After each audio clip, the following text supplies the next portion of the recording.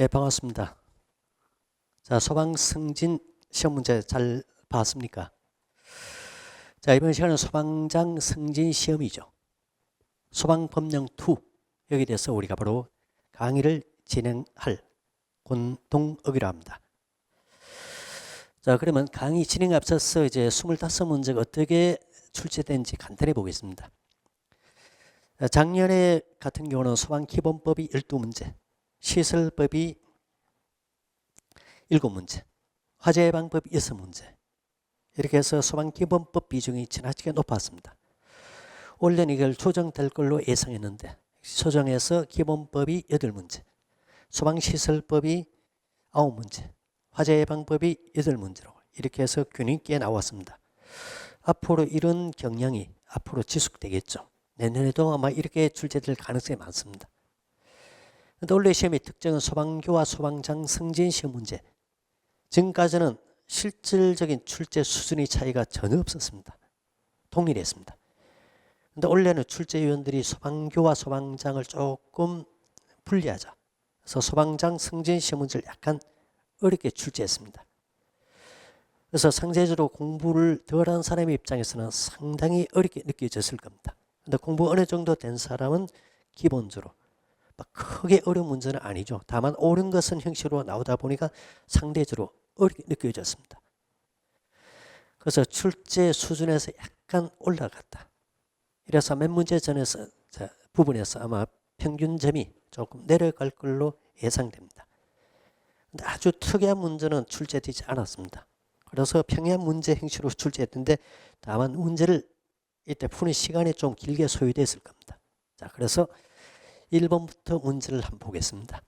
1번 소방기본법 및 같은 법 시행령상 시행령과 시행규칙상 소방안전교육사 시험에 관한 내용으로 옳지 않은 것은 소방안전교육사 시험에 관한 부분이 2022년도, 3년도, 4년도 3년 계속 이렇게 해서 반복돼서 나와봤습니다. 출제 영역이 비슷하죠. 그래서 그 전에 이 부분을 가지고 푼 사람들은 이 내용을 다시 한번 봤을 것이고 그래 되면 이런 문제도 충분히 풀 수 있었을 것으로 예상됩니다. 자, 1번부터 보겠습니다. 1번 답지는 소방청장은 소방안전교육사 시험을 시행하려는 때는 소방안전교육사 시험의 시행인 90일 전까지 소방청의 인터넷 홈페이지 등에 공고해야 한다.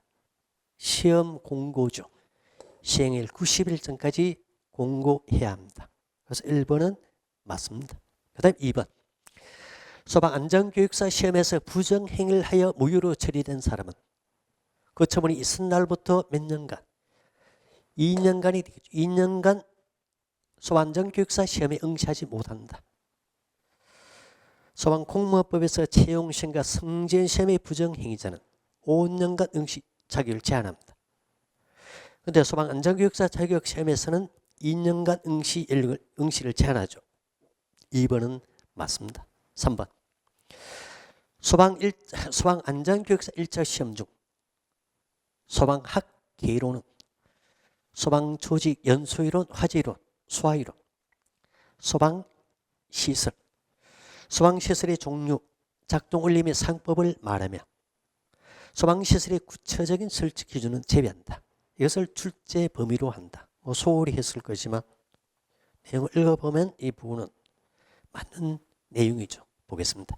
4번 소방청장은 소방안전교육사 시험 응시 자격 심사 출제 및 채점을 위하여 소방 관련 학과, 교육학과 또는 응급구조학과 석사학위 취득자나 조교수 이상으로 2년 이상 재직한 자.